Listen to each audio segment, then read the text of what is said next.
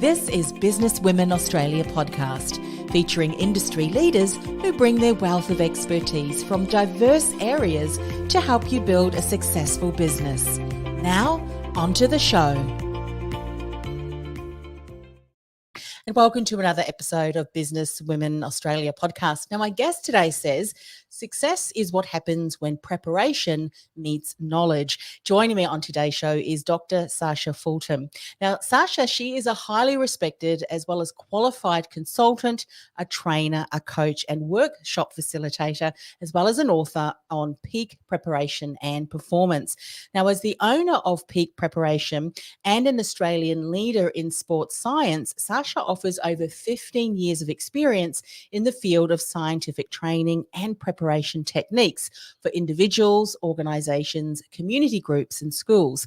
Now, she is a speaker on subjects ranging from leadership through to team performance and motivation to health, nutrition and well-being. She's also an accredited sports scientist, and she's often sought after for her expertise as a coach and consultant, an athlete and team preparation specialist. And this is at local, at state, national and Olympic levels. And we have the honour and pleasure of interviewing her today. So some of the things that she'll be sharing on today's show: how can we gain a new way of defining success, and why is that important?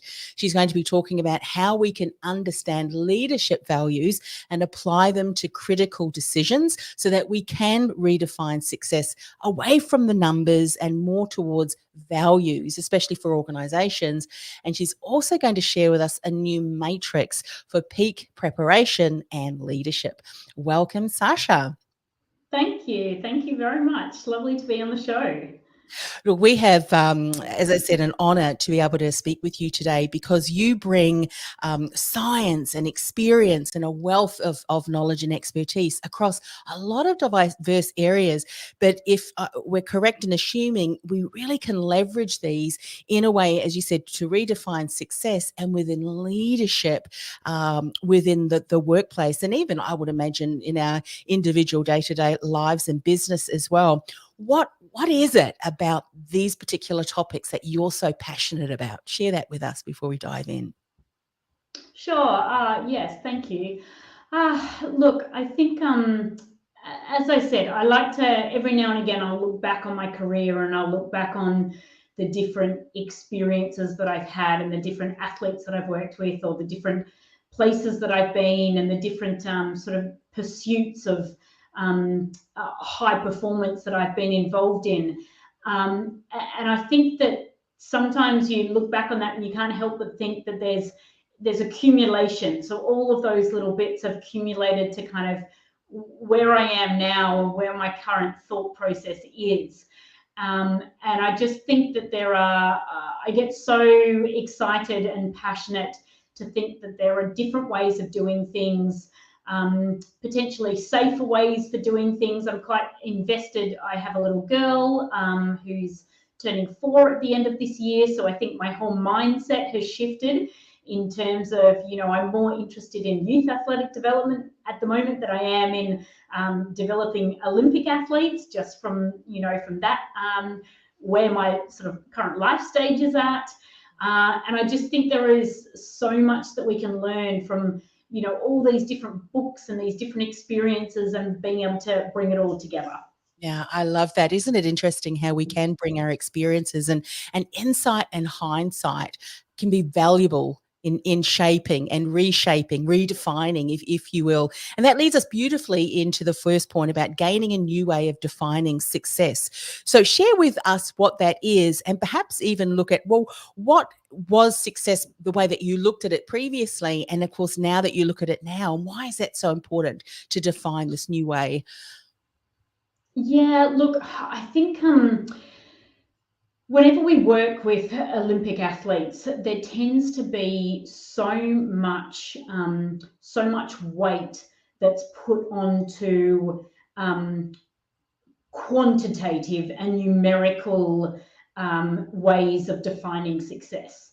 So usually, if I ask an athlete, what is your measure of success for this current season, they'll tell me that it is reaching a personal best time, or it is reaching a different rank, or it's reaching a height that they've jumped, or jumped, or a length that they've jumped, or a speed that they've been able to achieve. And it's all very numerical. And I sometimes think that there's so many of those things can be outside of our control. And sometimes there can be so much weight on looking at, well, what are the qualitative things? What are some more of the things that we can control? So if the goal is to win the premiership, but we don't win the premiership, does that mean that the season has been a complete disaster and a waste of time? Or is there still something that we've been able to take away from that? And so I've been, and again, I always remember back when I was working very closely with Olympic athletes, and I still work with high performance athletes now, not as much as I was in the past, but, we were always asking about those. It was always very numerical. And again, I just sort of can't help but thinking now that there's another way to look at success. Not to say that those markers aren't important, and businesses need to have KPIs that they're reaching, but I wonder if it can be more a balance, a healthy balance between qualitative and quantitative, rather than just these numerical values, which can be really hard to achieve all the time. Yes, as you're explaining that, it makes so much sense, because I'm reminded of how teachers sometimes mark answers to different examinations. And I recall, and I'm sure this has continued to be explained to students, that when you show the workings out, whilst you may have the wrong answer, I can also mark you for the right way in which you were coming, the different equation and how you were coming. Absolutely. Answer. And so if we're only judged on, well, we didn't achieve this, we didn't win, we may forget that, hey, you ran your best. Hey, you know how you used to hold yourself, you're actually doing it the correct way. So, no injuries long term. In a business sense too, these things you are achieving, and that's great because previously you didn't. We miss a lot of insight and learnings along the way if we only measure the outcome on success numbers. Absolutely. And, I think that school one is, it's a brilliant example. And that's why teachers are, always encouraging students, never just write the answer down, always put in the equation or put some notes around how you think you're going to get to the answer. So that even if the answer happens to be wrong, there's still some points that can be gained. And, I think to look, some of the most, I think we've got a real, at times we can have a real problem around talent identification. And we tend to, it's so easy for a coach to look immediately at what's in front of them. So they've got an athlete that's come across. The athlete is required to do a come and try day where they might do a series of tests of jump height and speed and acceleration.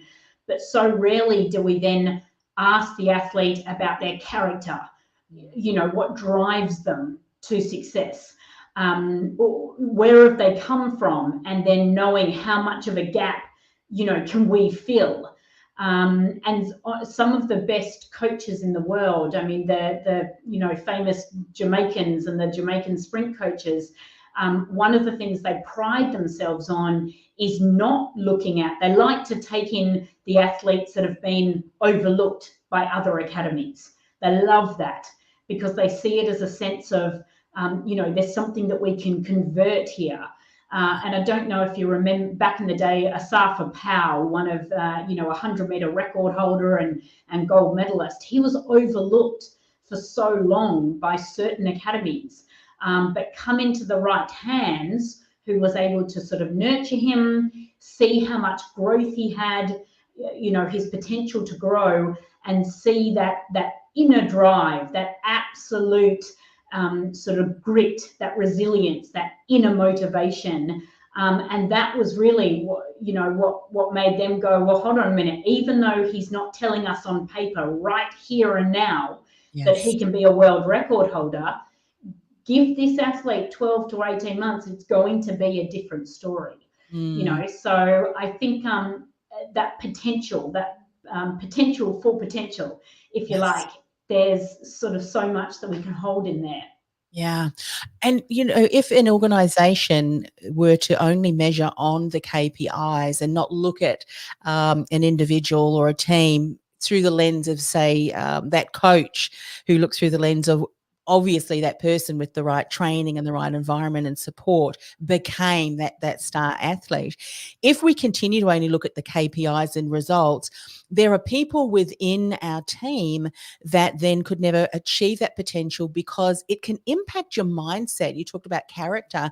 I think mindset can have such an impact on how you steward the journey towards reaching that potential, if you would. Would you say that is true? I mean, I'm sure you've seen that within the sporting, with athletes, but within an organisation, that's just as important, yes? Oh, absolutely. I mean, I think at the Olympic Games we see it literally for how it is. So you get to the 100 meters final, and you have 8 athletes on the start line, which is, in a way, it's no different to having 8 businesses on the start line, if you like. In terms of the revenue that they're going to build for that year, minimal staff turnover, for all of those different metrics. It's just the athletic one is the one that we can see. And so I don't think it's really any different. And really, when it gets to the final of an Olympic Games, everyone has a realistic chance of winning the gold medal. Yes. You don't get to be the top 8 sprinters in the entire world if you don't have a realistic shot of actually winning this thing. But I think it's and we saw the domination of Usain Bolt just as an example for so many years. And yes, he did have, very unique physiological and biomechanical sort of characteristics, but he also had this incredible ability to focus in on the task at hand. And I often talk to, when I talk to athletes and businesses, I think what goes a long way to success is being able to avoid the distractions. Yes. As well, because especially in this day and age of the world that we have, where we're distracted all of the time. We've got emails coming in left, right, and center. We've got social media. We've got people on the other end of the universe contacting us at all sorts of times. We got messages pop up and notifications here, there, and everywhere. And so often I think it can be those athletes or businesses or organizations that can avoid. How do you weed out what is just distraction right now and what is the key piece that's going to help me take the next step? Yes. If that makes sense. Yeah, total sense. Something about the distraction, if you look at, and I love the analogies and the comparisons that you are sharing with regards to, key athletes and business. There are, as you say, there are so many different comparisons. So many businesses, what we tend to do with the distraction is particularly around the marketing, isn't it? Areas, or if there is a problem within the business. So rather than looking at, well, what are the ways that we have been trying to achieve that? What can we change incrementally that can make a difference, and see if that we can make a difference? How important is it, when maybe through the lens of looking through the lens of an athlete, and that we can obviously reflect to in our businesses and leadership? We know that we don't want to focus too much on our weaknesses because there's areas of strength. But if we're not addressing areas of, say, a weakness, that can become a hindrance, can't it, to even our strengths really playing? So share a little bit more about that. How important is it for us to be aware of, well, what are some of the areas of weakness that we want to build up whilst also focusing on strengths? Is there a balance? Is there something you can share in there?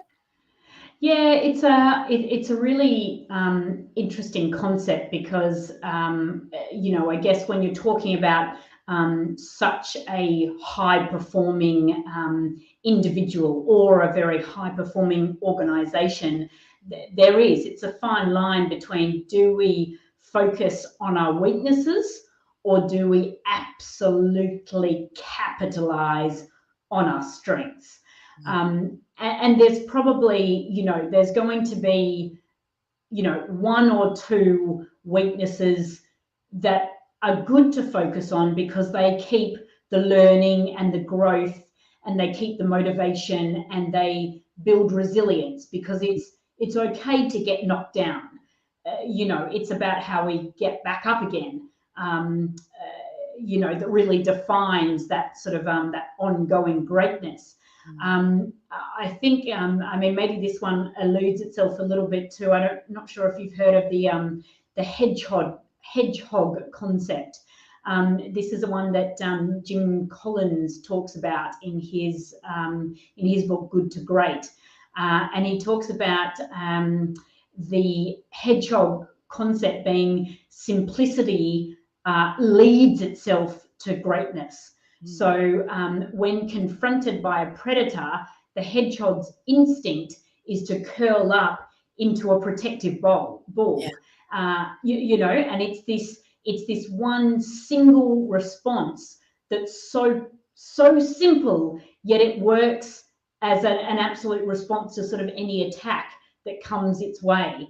And so he sort of takes it as a concept that should companies then focus on doing one thing better than anyone else in the world, Yes.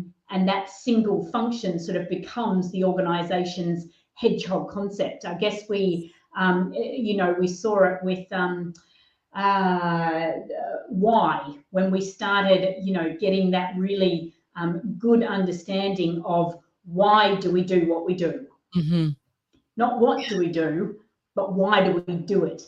And understanding, some of these, incredible organizations like Apple, who have, single-handedly kind of revolutionized the technology world with iPhones and iPads.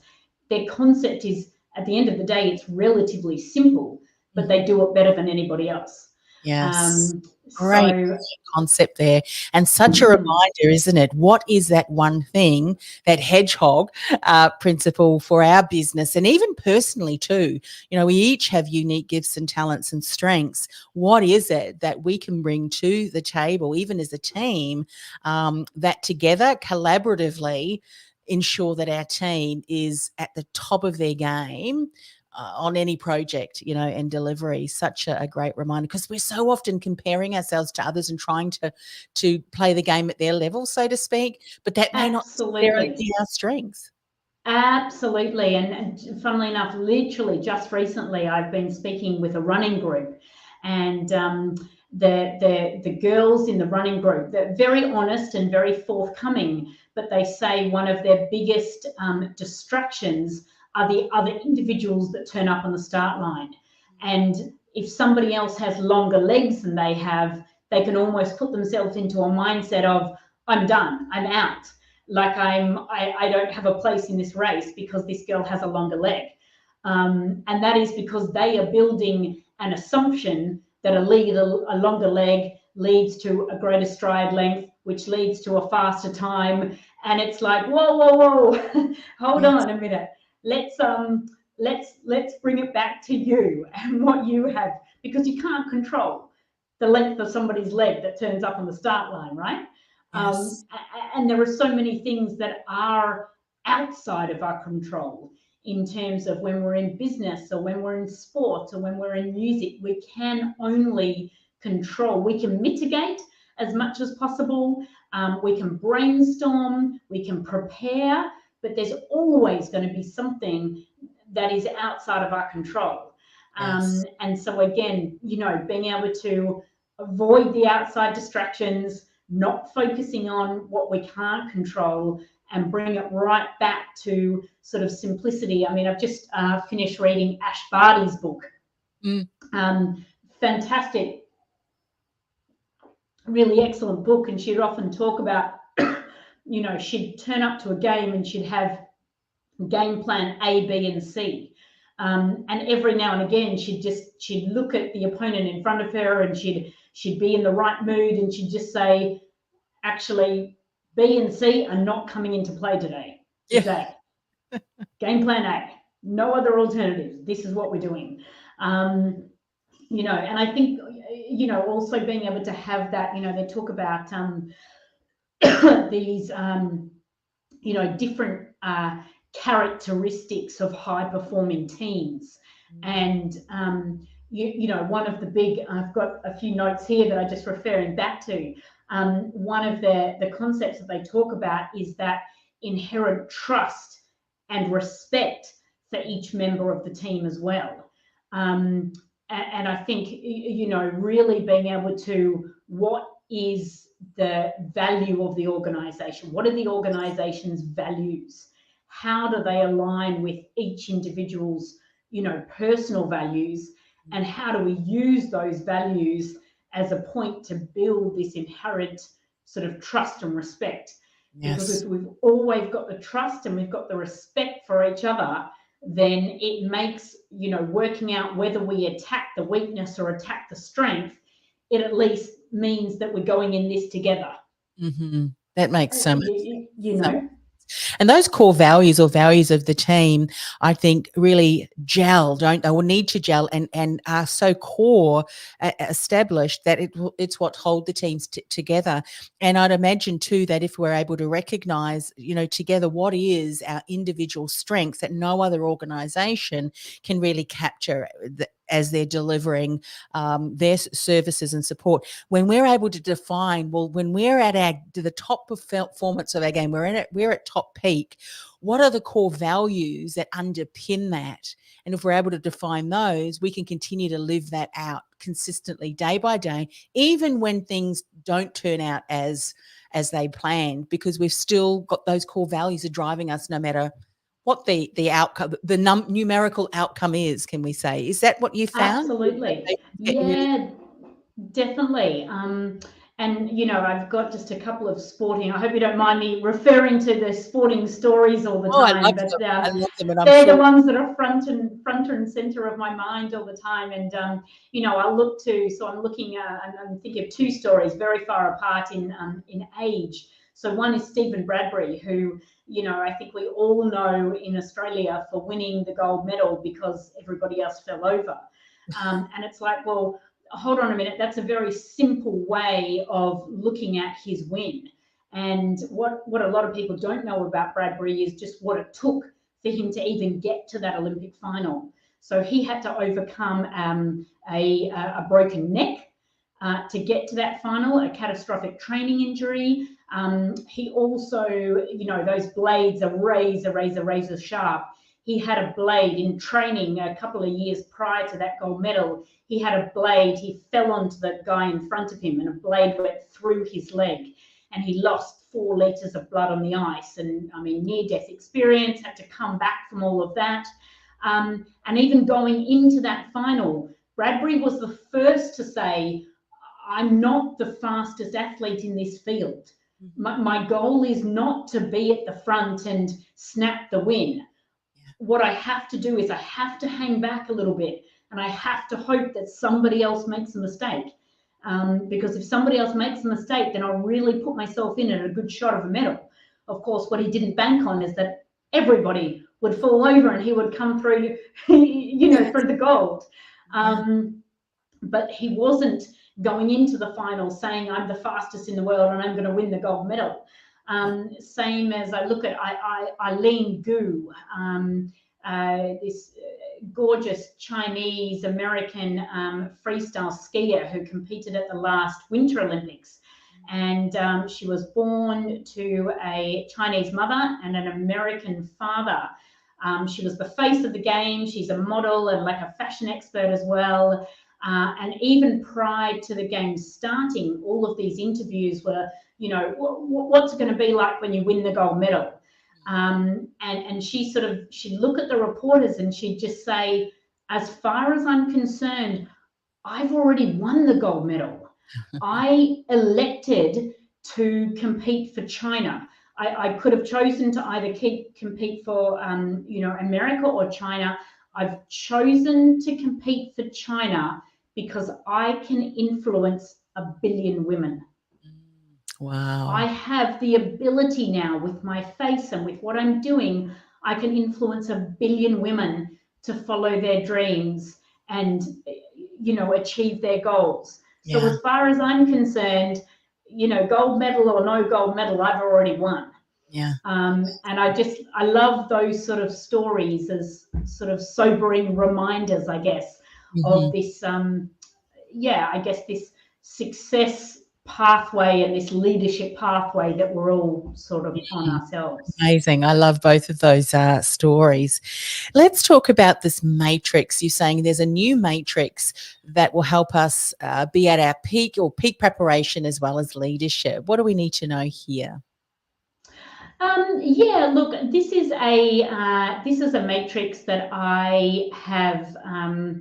I guess it's a matrix inspired by 5 C words. Now I better clarify that they're all very okay C words. They're very good C words here, and I guess I liked the 5 of them. So the 5 of them are competence, confidence, connections, character, and caring.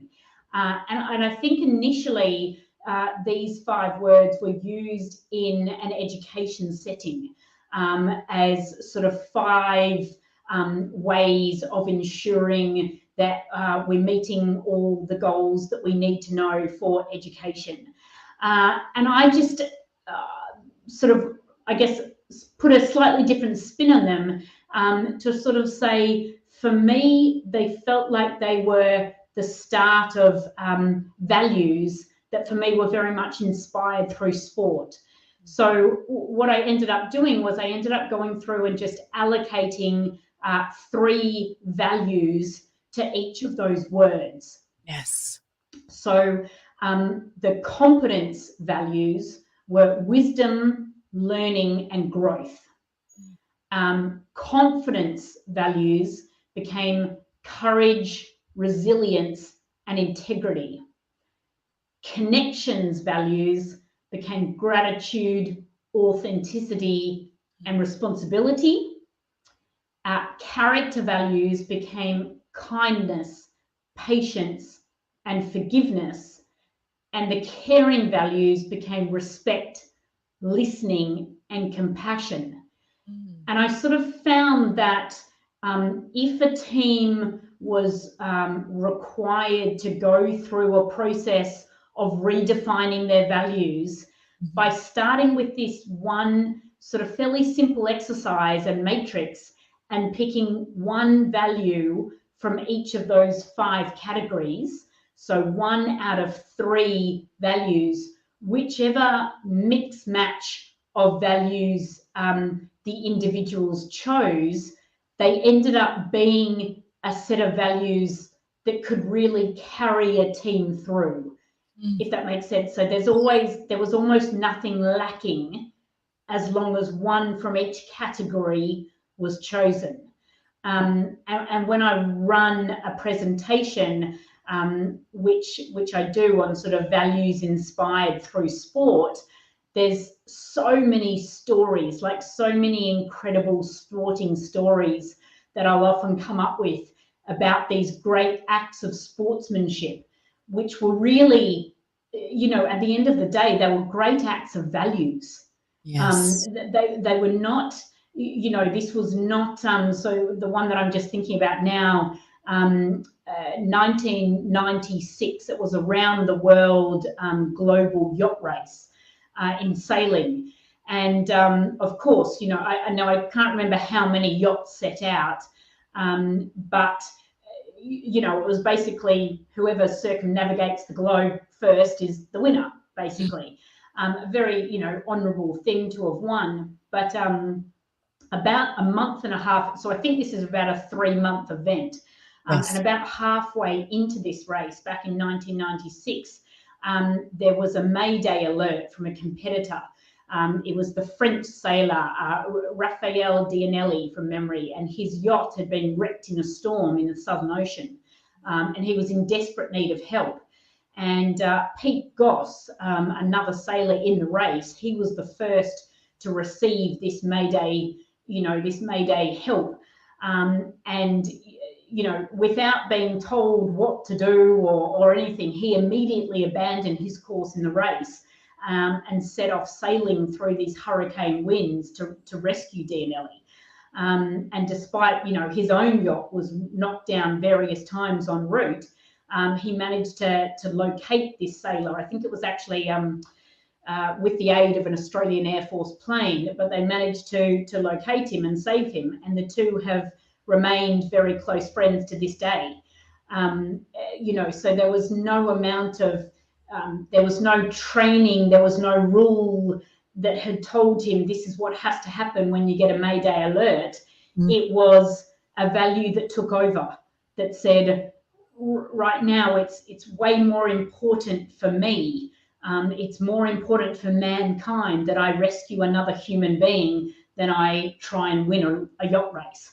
And I just think, again, not to say that performance is not important, but I think, sometimes there are different ways of looking at performance and therefore different ways of redefining success. Yes. Wow. What an incredible story.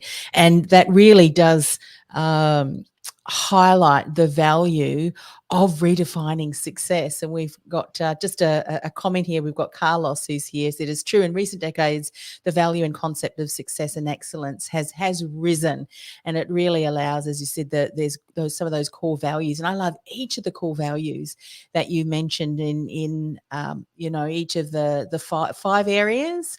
5 areas. It would be very difficult to choose one from each, but I can see how they may be very different, the choices of a team, but they blend together so beautifully.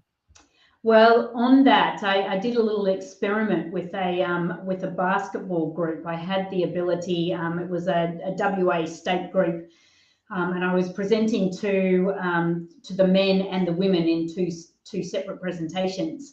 And I asked, because the exercise, of course, that I like to do is once I've explained what the different values are, so say wisdom, learning and growth in the competence value, the team gets to pick what they want their value to be. So it's not, I'm not picking it for them, it's the value that they want to choose. So we did this same exercise for the men and for the women. And what was so fascinating was that competence, confidence, connections and character were all identical for both the men and the women. So this was an under 18 state basketball team. So the men and the women picked the 4 identical values in those 4 areas. Incredible. For the 5th area of caring, the women picked compassion and the men picked respect. And just very interestingly, without having done, a full-on research study or anything, I'm often finding that, particularly in that one category, for women, compassion is a value that stands well and truly above the others, whereas respect for men is a value that stands well and truly above the others. So, just interesting to have those different sort of insights and perspectives there. Yeah, I love that. Look, we have just scratched the surface on what we are talking about today. And I know for people who are listening and watching and the recording as well, Sacha may want to know more, may want to connect with you as well. So what's the best way for them to find out more about your work and how they may be able to work with you? Yeah, absolutely. My website is up and running, which is Peak Preparation. It usually comes up pretty quickly on the Google search, which is good. I am on LinkedIn, just under my name of Dr. Sacha Fulton. All the social media channels, mainly Facebook and Instagram. And I'm always contactable on phone or email, and those are both available on my website. Fantastic. Well, thank you so much for coming on the show and sharing those insights with us today. Thank you so much for having me. Always wonderful to be here. Thank you. You've been listening to Business Women Australia podcast. Want to become part of a dynamic collective of women who are passionate about business success and personal growth? Go to businesswomenaustralia.com.au/membership to apply. That's businesswomenaustralia.com.au/membership.